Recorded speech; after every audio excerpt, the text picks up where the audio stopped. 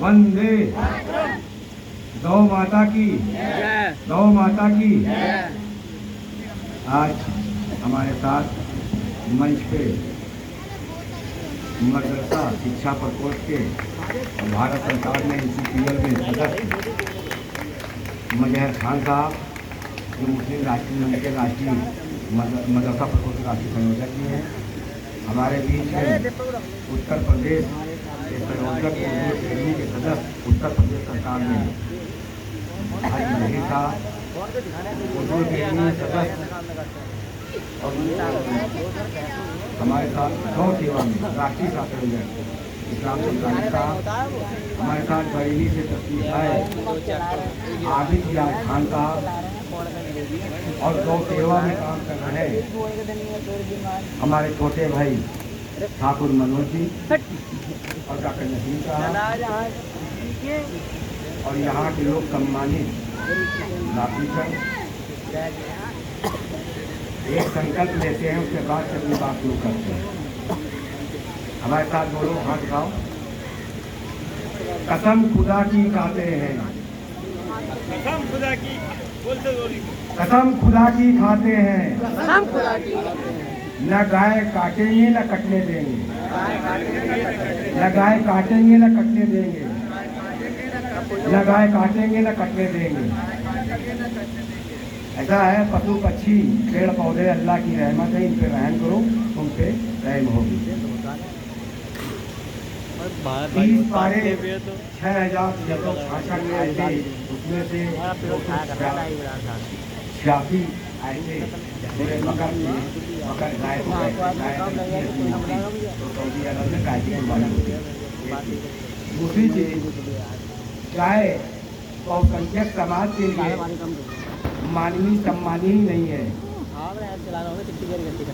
वो माता है, उनमें रुद्रों की माता है, विष्णु की पुत्री है, आदित्यों की बहन है। इसलिए गाय वो अपनी जान से ज़्यादा बहुसंख्यक समाज मानता है। और कुरान शरीफ में कहा गया है कि कोई चीज़ चोरी से खाओगे तो वो हराम है, इसलिए गाय अगर चोरी से खाओगे तो हराम खाना जायज़ नहीं है। इसलिए समय बदल रहा है। मैं मुसलमान भाइयों को कहूँगा कि जो गाय भैंस का काम करें वो अपने आप को कन्वर्ट कर लें, न उसका काम करें तो दूसरा काम कर लें, इससे भावनाओं को ठेस पहुँची। हत्या किसी भी सूरत में बहुसंख्यक समाज नहीं स्वीकार करता है। इसलिए पर्यावरण, सारी दुनिया में पर्यावरण की चिंता देखभाल हेतु विश्व पर्यावरण दिवस मनाता है। आज समूचा विश्व इकोलॉजी इन्वायरमेंट पॉल्यूशन इकोनॉमी से उलझा है। भारतीय संस्कृति हिंदू धर्म में पर्यावरण विचार सामग्री व्याप्त है। हम सवेरे उठने के से पहले तैया से जब उसको नमन करते हैं तो पर्यावरण की सबसे पहले उसकी जो आप झाड़ कहा गया जो बेनसी पौधा है उसकी भी हम पूजा करते हैं, पीपल की भी करते हैं। पीपल अपने आप में भगवान गौतम बुद्ध ने ज्ञान प्राप्त इसलिए दुनिया को विशेष ध्यान देना है। उसमें कहा है कि अपने जीवन काल में एक पौधा जरूर लगाना चाहिए। अगर आज समय की आवश्यकता है वृक्षारोपण, लेकिन आने वाले समय है हमारी आने वाली पीढ़ी के लिए बहुत ही अनिवार्य है वृक्षारोपण। इसलिए पेड़ भी नहीं कटना चाहिए। पर्यावरण प्राकृतिक दुनिया में मनुष्य में ये पर्यावरण किसी भी नहीं होना चाहिए। यही हम आप लोगों को कहना चाहते हैं। समय बहुत और लखनऊ जाना है, बोलना बहुत, इसलिए हुजूर सल्लल्लाहु अलैहि वसल्लम ने एक बात और कही है, ऐ मोमिनो जगह जगह, लेकिन कहीं कहीं आप लोग नहीं हो, लेकिन वहाँ के हाकिमों का हुक्म मानना है। जिस समय कोई भी सरकार की कोई भी मैं जान होता है तो सबसे पहले हिंदुस्तान में जो काफी होती है इसलिए हदीस को भी पहले ध्यान में रखना है। जगह जगह पे हुजूर सल्लल्लाहु अलैहि वसल्लम ने अपने खुद में कहा है, हदीस भी है, आग्रह किया है और जीने के अच्छे तरीके बताए हैं।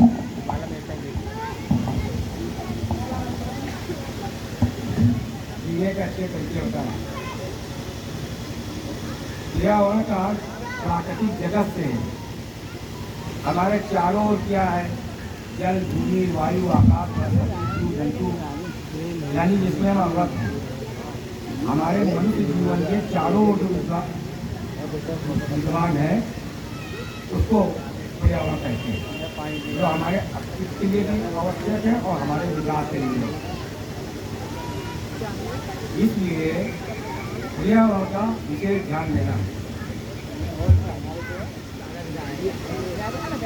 और आप लोगों के बीच में हम आए हैं, एक बात बड़ी कह करके हम जा रहे हैं कि जम्मू में जो दंगा हुआ, मेवात में जो हुआ, वहाँ के ऊपर अगर 50 मुसलमान 100 मुसलमान हार मारा लेके चले जाते तो ये दंगा नहीं होता। किसी एक को तो छोटा बनना ही पड़ेगा।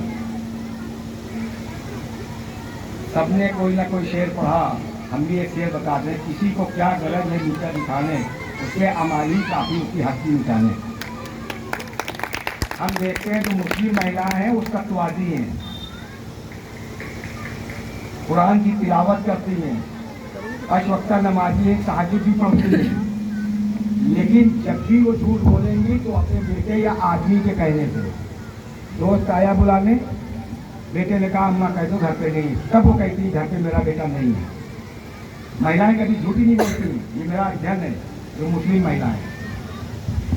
इसलिए मैं उनके लिए भी 2 बात कहूँगा, यदि बेटी जन्मेगी तो युवाओं को पत्नी मिलेगी, और पत्नी होगी तो हमको और आपको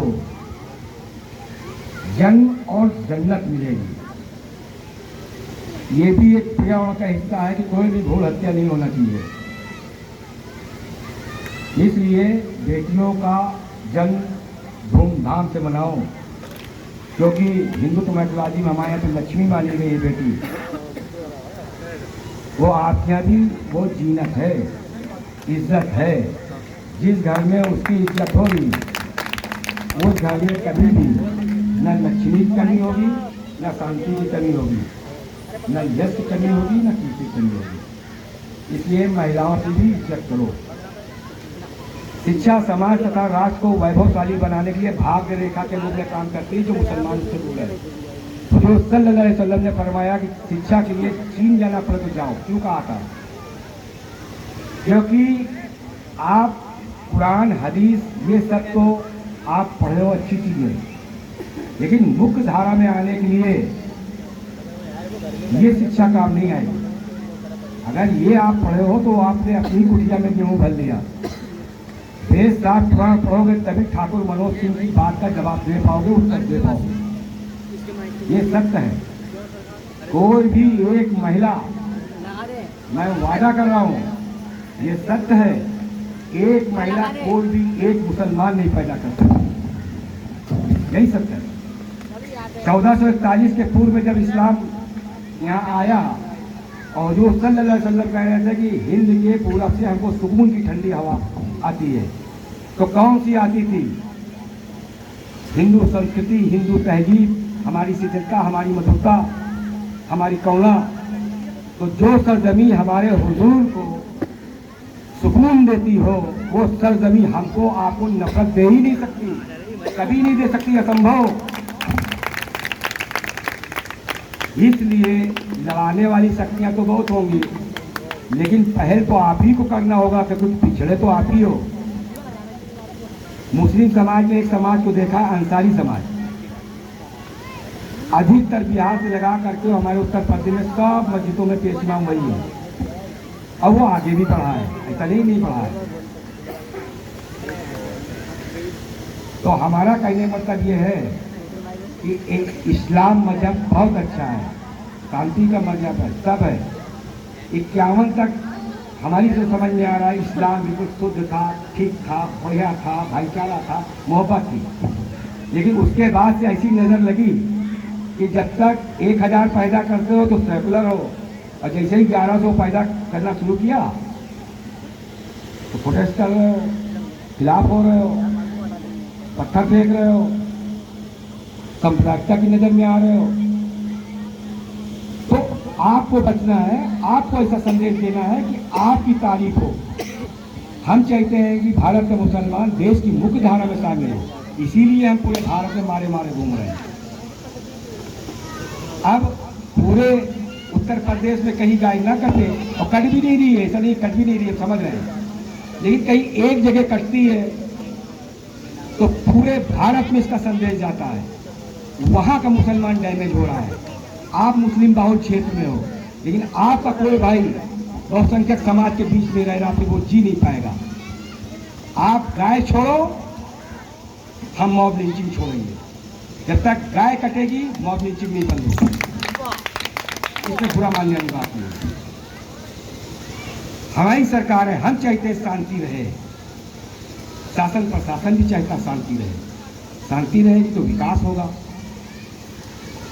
इसलिए हम आप लोगों के दुश्मन नहीं, 58 मुस्लिम राष्ट्र हैं, सब आपस में लड़ रहे हैं, वहाँ कोई हिंदू नहीं है। किसी शायर ने कहा था ये कैसा मजाक है, इस्लाम की तकबीर के साथ कत्ल शब्बीर हुए, नारे तकबीर अल्लाह अकबर के साथ। वहाँ के ऊपर ठाकुर मनोज नहीं थे, वहाँ ठाकुर राजा रईस नहीं थे, वहाँ पर योगी आदित्यनाथ नहीं थे, जितनी भी मुस्लिम कल्टी है वहाँ हम लोग नहीं हैं। लेकिन वो सब अपने अमाल से क्या हो रहा है उनके साथ आप खुद समझ लो। इसलिए हमारी जन्मतिथि की रचना कोई वैज्ञानिक भाषा माइक लाल नहीं बता सकता, क्योंकि विश्व की सबसे पुरानी आचार संहिता हिंदू आचार संहिता जन्मतिथि है। इसलिए हाथ जोड़ के विनती करके सर झुका के नतमस्तक होकर के एक ही बात कहेंगे कि तमाम सी चीज़ें खाने के लिए अल्लाह की रहमत है इस धरती के ऊपर, खाओ मस्त रहो। क्योंकि हुजूर सल्लल्लाहु अलैहि वसल्लम की भी हदीस है, खुतबा है, हदीस में खुतबा है, उन्होंने कहा गाय के गोश्त में कैंसर है, दूध में शिफा है, घी में दवा है। तो ये कहाँ से आ गया? अगर मीठ इतना अनिवार्य होता तो विज्ञापन लगे होते जगह जगह, लखनऊ, दिल्ली, मुरादाबाद में, कि आंखों की रोशनी बढ़ेगी, लीवर स्वस्थ रहेगा, किडनी ठीक रहेगी, मीट खाओ। कहीं को पैसे के विज्ञापन नहीं मिलते। जरा पेट में दर्द होती सबसे पहले डॉक्टर वैद्य हकीम यही कहते हैं कि ऐसा है भैया, मीट मत खाना, सब्जी रोटी खाओ, सभी ये कहते हैं। इसलिए आज के वक्त वर्तमान को देखते हुए अपने आप को बदलने का आवश्यकता है, क्योंकि कलयुग में भी गहरा सतयुग छिपा है। तय आपको करना है कि हमको नकारात्मक रहना है कि सकारात्मक रहना है। इसलिए मुसलमान भी अपना भाई है, एससी भी हमारा भाई है, ब्राह्मण भी हमारा भाई, सब भाई। हम कहते सुकून से रहें, और सुकून तभी होगा तब हमको सुकून मिलेगा। जब हम ही को सुकून नहीं होगा तो सुकून कैसे मिलेगा? इसलिए वनस्पति का अर्थ संस्कृति में वन धातु के विभिन्न अर्थों द्रवित होना। पानी जीवन विस्तार में एक अर्थ जल भी होता है। प्राचीन काल में ऋषियों ने एक अनुभव किया था कि जहाँ पेड़ पौधे होते हैं वहाँ जल की प्रचुरता हो जाती है। इसीलिए संभवतः पेड़ पौधों के लिए ऋषियों ने वनस्पति शब्द का प्रयोग किया।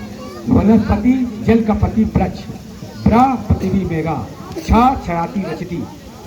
जो पृथ्वी और हमारी बुद्धि को नाश से बचाती है उसको वृक्ष कहते हैं। अब ये कैसे बचेगी? जब पर्यावरण होगा, हमारा खान पान शुद्ध होगा, तभी तो होगा। इसलिए बोलने के लिए बहुत है, लेकिन कहते हैं मंच गिरने से पहले ठाकुर यहाँ से निकल जाए। और बहुत देर से बैठो इस तपस्या में, इसलिए आप लोगों का बहुत बहुत शुक्रिया, बहुत बहुत धन्यवाद। बोलने में कोई खुशी हुई हो तो हाथ जो आपके वो करते हैं। जय भारत, जय श्री राम, सलाम अलैकुम।